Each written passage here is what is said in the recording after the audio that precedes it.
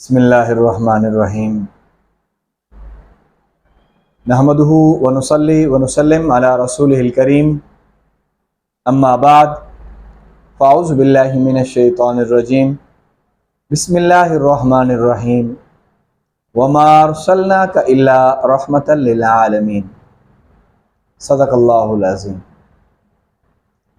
یا رب صلی وسلم دائما ابدا علی حبیبک خیر الخلق کلہم جزا اللہ عنا سیدنا و مولانا و حبیبنا و شفیعنا و کریمنا محمدا ما هو آلہ۔ برادران اسلام، اللہ رب العزت کا بے انتہا کرم ہے کہ پیارے اللہ نے ہمیں جس نبی کا امتی بنایا ہے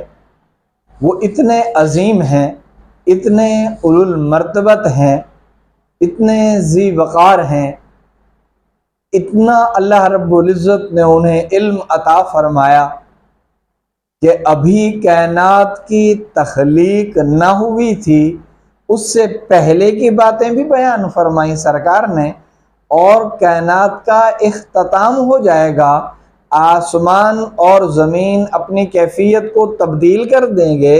اللہ تعالیٰ انہیں ختم فرما دیں گے، اس کے بعد کے حالات بھی ہمارے پیارے نبی حضرت محمد الرسول اللہ صلی اللہ علیہ وسلم نے ہمیں بیان فرمائے ہیں۔ تو اتنے عظیم پیغمبر جنہوں نے ہمیں یہ ساری وضاحت فرمائی، اور ہمارے علم میں اللہ کے پیارے حبیب نے بہت کچھ دیا۔ آج ہم ان 7 خوش نصیب لوگوں کا تذکرہ کرنے چلے ہیں۔ پیارے حبیب حضرت محمد الرسول اللہ صلی اللہ علیہ وسلم کے فرامین جو مختلف ائمہ کرام نے مختلف کتابوں میں محفوظ فرمائے ہیں، یعنی بخاری شریف میں اور مسلم شریف میں اور مشکات شریف میں، مختلف احادیث کی کتابوں میں یہ حدیث آئی ہے، علماء نے صلحاء نے بیان کی ہے کہ وہ 7 خوش نصیب لوگ کہ جنہیں اللہ تعالی قیامت کے دن، حشر کے دن اپنے عرش کا سایہ عطا فرمائیں گے۔ وہ ایسا دن ہوگا جس کی ہولناکی ہم نے اپنے علماء سے، اپنے صلحاء سے مختلف حدیث کی کتابوں میں پڑھی ہیں کہ وہاں تقریباً عام و خاص ہر ایک فرد جو ہے وہ اپنی پریشانی میں ہے، جکڑا ہوا ہے، شدید پریشان ہے۔ اللہ تبارک و تعالی ان 7 خوش نصیب لوگوں کو ایک سایہ عطا فرمائیں گے، جہاں سورج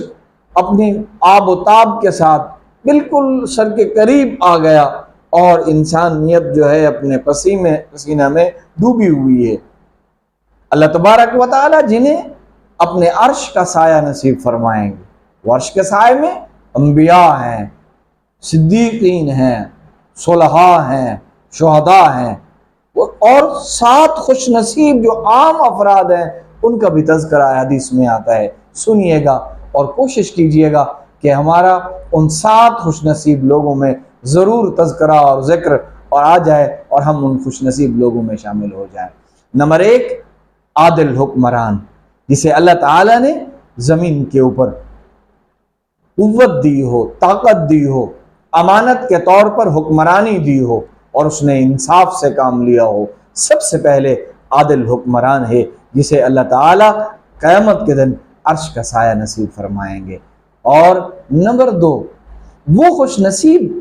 جس کی جوانی اللہ رب العزت کی عبادت میں صرف ہوئی ہو، اس نے اپنی جوانی کو لہو و لب سے بچا لیا ہو، محفوظ کر لیا ہو اور اللہ تعالیٰ کی عبادت میں صرف کر دی ہو، گزار دی ہو۔ تیسرا، وہ خوش نصیب کہ جس کا دل مسجد کے ساتھ معلق رہتا ہے، نماز کے ساتھ معلق رہتا ہے، ایک نماز کو پڑھنے کے بعد اس کا خیال اس طرف چلا جاتا ہے کہ دوسری نماز کا وقت پھر کب ہوگا کہ میں مسجد کی طرف جاؤں گا، وہاں بیٹھ کے میں اللہ رب العزت کا ذکر کروں گا، اس کی عبادت اور ریاضت میں اپنا وقت بتاؤں گا۔ نمبر 4، وہ خوش نصیب افراد، وہ 2 لوگ جنہیں اللہ رب العزت کی رضا کے لیے باہمی ایک دوسرے سے محبت ہو، جیسے مرشد کو اپنے مرید سے ہوتی ہے، جیسے مرید کو اپنے مرشد اور مصلح سے ہوتی ہے، استاد کو شاگرد سے ہوتی ہے، اللہ تعالیٰ کی رضا کے لیے ان کی باہمی ملاقات ہو، یہ بیٹھیں اللہ رب العزت اور ان کے پیارے حبیب کا تذکرہ کریں اور پھر جدا ہو جائیں۔ اس کے بعد نمبر 5 پہ اللہ رب العزت کے پاک پیغمبر نے جو صفت بیان فرمائی ہے کہ ایک ایسا نوجوان جسے حسب نسب والی عورت،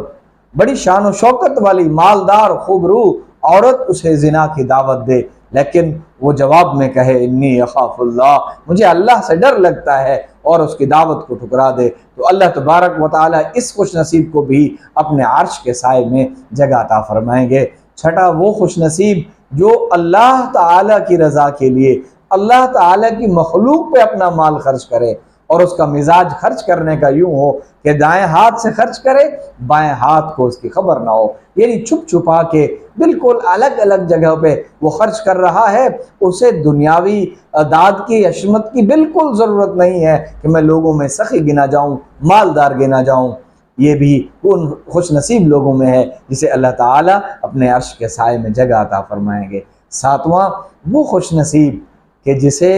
اللہ تعالیٰ کی ذکر میں، اللہ تعالیٰ کی یاد میں وہ مٹھاس محسوس ہوتی ہو کہ تنہائی میں بیٹھ کے، خلوت میں بیٹھ کے کہیں اس نے اللہ تعالیٰ کا ذکر کیا ہو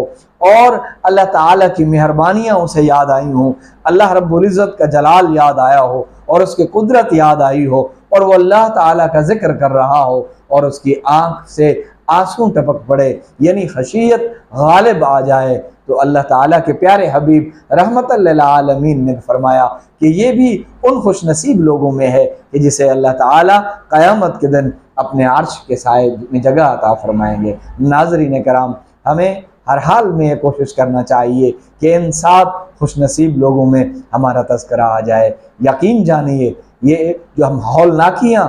حشر کے دن کی پڑھتے ہیں، رونگٹے کانپ جاتے ہیں اور زبان لرز جاتی ہے، رونگٹے کھڑے ہو جاتے ہیں۔ بہرحال ہم نے کوشش کرنی ہے، سرکار دو عالم صلی اللہ علیہ وسلم کی رحمت للعالمین ہی ہے کہ جنہوں نے ہم جیسوں کو بتا دیا کہ کوشش کرو اس صف میں آ جاؤ۔ وآخر دعوانا ان الحمدللہ رب العالمین۔